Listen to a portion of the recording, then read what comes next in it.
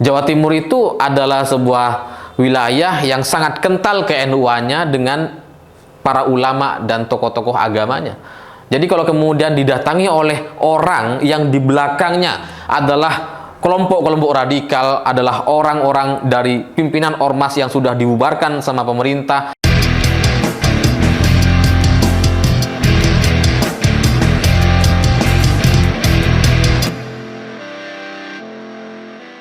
selamat malam semuanya. Hari ini saya membaca berita yang cukup menyedihkan di mana anak pejabat, anak anggota DPR RI dari Partai PKB melakukan pemukulan, penganiayaan sampai kemudian membuat korbannya itu meninggal dunia. Dan ketika pertama kali saya membaca berita-berita ini, cukup dari judulnya saja saya sudah sampai kepada satu kesimpulan bahwa PKB ini apes, PKB ini kualat gitu ya. Dan setelah saya baca kronologinya, membaca banyak sekali pemberitaan di media, saya semakin yakin bahwa ini PKB apes dan kualat gitu. Karena di tengah persiapan kita menjelang pendaftaran Capres-Cawapres yang tinggal beberapa hari lagi, tiba-tiba muncul kasus ini, yaitu kasus pemukulan, penganiayaan sampai kemudian membuat korbannya meninggal dunia. Dan ini dilakukan oleh anak anggota DPR RI dari Partai PKB. Karena Ronald, nama pelakunya gitu ya, Ronald Tanur ini sudah berusia 31 tahun. Dan bagi saya, untuk orang yang sudah berusia 31 tahun ini sudah tidak bisa disebut sebagai anak-anak. Semestinya mereka sudah dewasa gitu. Karena 31 tahun itu ya sudah cukup dewasa. Saya aja 33 gitu. Jadi kalau saya dengan Ronald ketemu, ya kita sebaya, tidak ada gap usia yang terlalu jauh gitu ya. Jadi kalau kemudian Ronald melakukan penganiayaan, pemukulan dan sampai membuat pacarnya meninggal dunia karena ternyata mereka ini pacaran gitu ya. Dini Sera Afrianti, korban ini merupakan pacar dari Ronald yang dipacari selama 5 bulan dan kemudian berakhir dengan pemukulan sampai menghilangkan nyawa. Jadi dari kasus ini terjadi di tengah persiapan kita melakukan pendaftaran Capres-Cawapres atau penetapan nama-nama calon legislatif yang tinggal beberapa hari lagi. Jadi ketika ini terjadi gitu ya, di tengah-tengah persiapan, di tengah-tengah koalisi yang semakin dinamis atau masih terbuka kemungkinan untuk berubah atau pindah jalur, tiba-tiba muncul kasus ini. Ini terus terang gitu ya, kalau ini terjadi ke partai manapun, nggak cuma PKB, ini adalah sebuah kejadian yang pasti tidak diharapkan oleh PKB. Karena ketika ada anak anggota DPR RI dari partai PKB melakukan tindakan yang seperti ini, maka otomatis yang akan terdampak ke depan adalah PKB. Kalau kita berkaca kepada Rafael Alun misalkan, itu yang terdampak langsung ke satu kementerian gitu. Jadi apalagi ini yang sampai membuat korbannya itu meninggal dunia. Jadi ini bukan hanya pemukulan-pemukulan yang masih bisa diselamatkan, tapi ini sudah membuat korbannya meninggal dunia. Dan kejadiannya ini di Surabaya, Jawa Timur. Dan dari sini yang kemudian membuat saya jadi semakin yakin bahwa PKB ini apes dan kualat gitu. Karena ya entah kebetulan atau enggak, mungkin banyak orang juga menganggap ini sebuah kebetulan belaka, tapi saya yakin ini adalah bagian dari teguran karena Surabaya adalah tempat deklarasi Capres-Cawapres Anies Caimin. Katakanlah ini kebetulan, tapi bagi saya pribadi terus terang saya masih merinding gitu karena sangat-sangat berkaitan, sangat banyak sekali tanda-tanda yang bisa kita pelajari. Karena saya termasuk orang yang percaya bahwa setiap benda, setiap tempat, setiap wilayah itu punya medan energi. Semua benda itu punya energi gitu. Makanya kemudian di rumah saya punya beberapa, seperti di halaman ada batu-batu dari Semeru gitu ya, ada pohon-pohon yang menyimbolkan pohon-pohon di zaman kerajaan. Itu karena saya yakin punya energi gitu. Jadi saya meyakini ini karena dulu ketika dulu waktu masih muda, ya sekarang masih muda sih, ketika usia 20-an masih beberapa kali naik gunung Semeru, kemudian juga gunung-gunung yang lain, itu sebagai pendaki gunung, mungkin kalau kalian pernah mendaki gunung, itu kita diajarkan untuk menghormati tempat yang kita datangi. Jadi kalau kita datang ke gunung gitu ya, itu ibaratnya kita itu sedang bertamu gitu. Dan sebagai seorang tamu ya kita harus sopan, nggak boleh mengucapkan ucapan-ucapan yang kasar, tidak boleh melakukan tindakan-tindakan asusila dan sebagainya, karena kita datang sebagai tamu. Dan dari pengalaman-pengalaman saya pernah naik gunung itu, saya meyakini bahwa setiap tempat, setiap wilayah itu punya kesakralannya sendiri, punya energinya sendiri, sehingga ketika ada kasus pemukulan sampai penganiayaan dan meninggal dunia seperti ini di tanah Surabaya,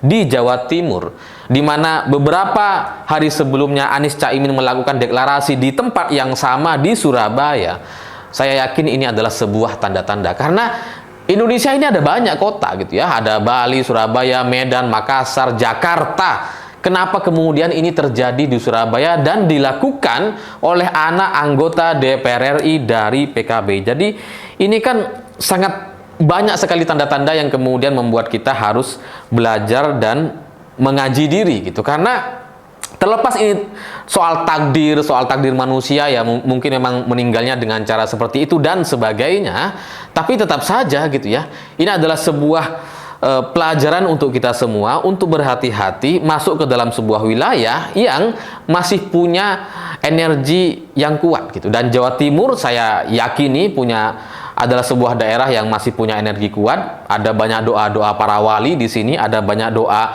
ulama dan habaib di sini, sehingga ketika ada orang masuk dengan niat jahat gitu ya, dengan orang yang penuh dosa seperti katakanlah Anies Baswedan, ya karena semua kita sudah tahu gitu ya, dosa-dosa Anies Baswedan soal politik identitas, soal Pilkada DKI 2017, soal politik SARA yang kemudian dilakukan oleh tim pemenangannya gitu ya, dan kampanye-kampanye yang dilakukan oleh para pendukung Anies dengan menggunakan nama Tamasya Al-Maidah, nggak mau mensolatkan orang yang mendukung Ahok gitu ya, kemudian dianggap sebagai penista agama, tidak disolati kalau meninggal dunia. Itu adalah sebuah tindakan-tindakan yang tidak sesuai dengan ajaran-ajaran agama Islam yang kita yakini bersama-sama. Jadi kalau kemudian Anies datang ke Jawa Timur, ke Surabaya, melakukan deklarasi pencapresan untuk Pilpres 2024 dan hari ini terjadi kasus gitu ya, bagi saya itu sangat berkaitan gitu. Jadi ya, kalau mungkin dideklarasikan di Jakarta itu nggak akan terlalu banyak dampaknya, tidak akan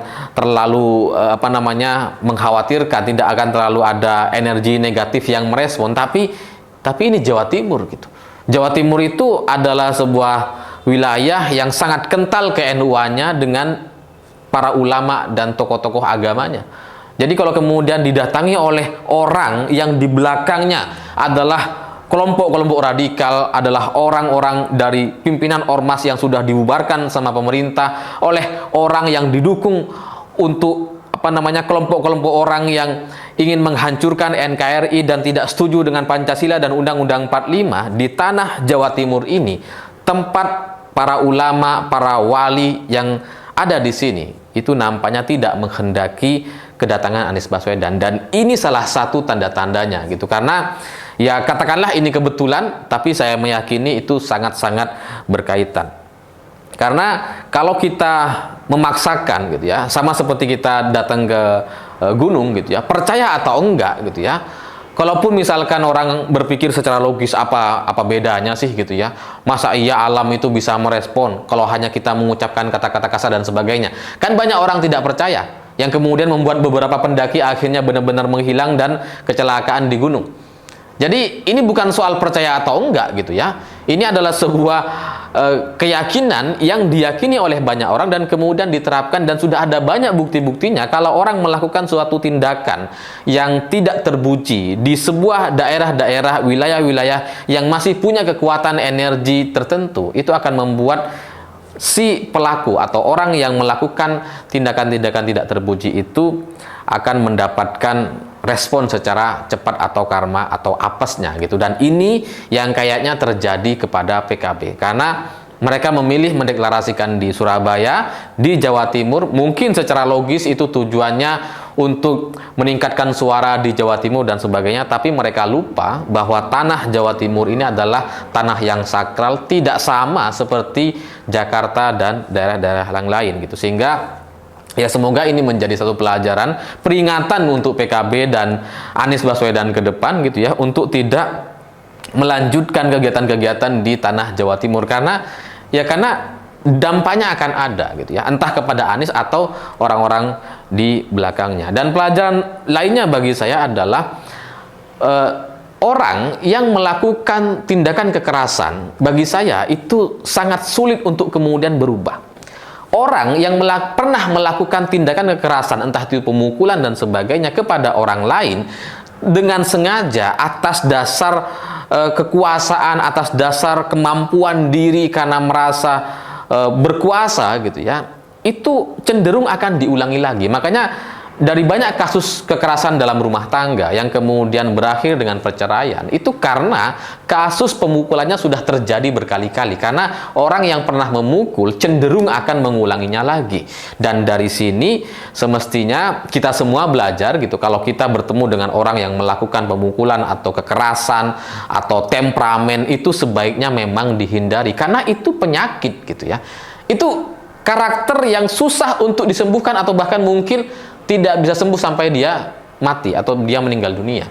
Makanya dari sini kesalahan korban atau kesalahan almarhumah ini menurut saya kayaknya dia masih coba bertahan atas nama cinta dan sebagainya dengan orang yang sudah melakukan pemukulan berkali-kali. Karena kalau melihat postingan dari Dini ini di sosial media, ini bukan pemukulan yang pertama, ini bukan perkelahian mereka yang pertama kali. Kayaknya sebelumnya sudah pernah terjadi gitu, karena sebelumnya Mbak Dini ini memposting soal ya kematian, menyinggung soal kematian juga gitu ya. Ada cowok yang mati-matian pengen ceweknya mati beneran katanya. Jadi ya kayaknya pemukulan ini sudah terjadi berkali-kali, tapi kemudian Mbak Dini ini tetap bertahan gitu. Sehingga ya pelajaran lainnya bagi kita semua, kalau kita menghadapi orang yang suka gebrak-gebrak meja, suka lempar-lempar HP gitu ya, suka menampar gitu. Jadi ya itu menjadi satu alarm bagi kita untuk kita hindari gitu. Jangan sampai kemudian orang-orang seperti ini kita berikan kesempatan untuk memimpin, untuk menjadi partner atau menjadi teman kita gitu. Karena ke depan kita nggak tahu siapa yang akan digampar, kita nggak tahu siapa yang akan dipukul. Mungkin hari ini orang lain yang meninggal dunia, mungkin hari ini orang lain yang dipukuli, tapi nanti besok atau lusa bisa jadi korbannya adalah kita. Makanya kemudian saya selalu mewanti-wanti untuk berhati-hati dengan orang-orang temperamen, karena ya resikonya nyawa gitu. Mungkin pemukulannya nggak keras gitu, mungkin pemukulannya sekali dua kali gitu ya, nggak sampai kemudian mengancam nyawa. Itu karena satu kondisi gitu ya. Itu adalah sebuah kejadian yang paling minim.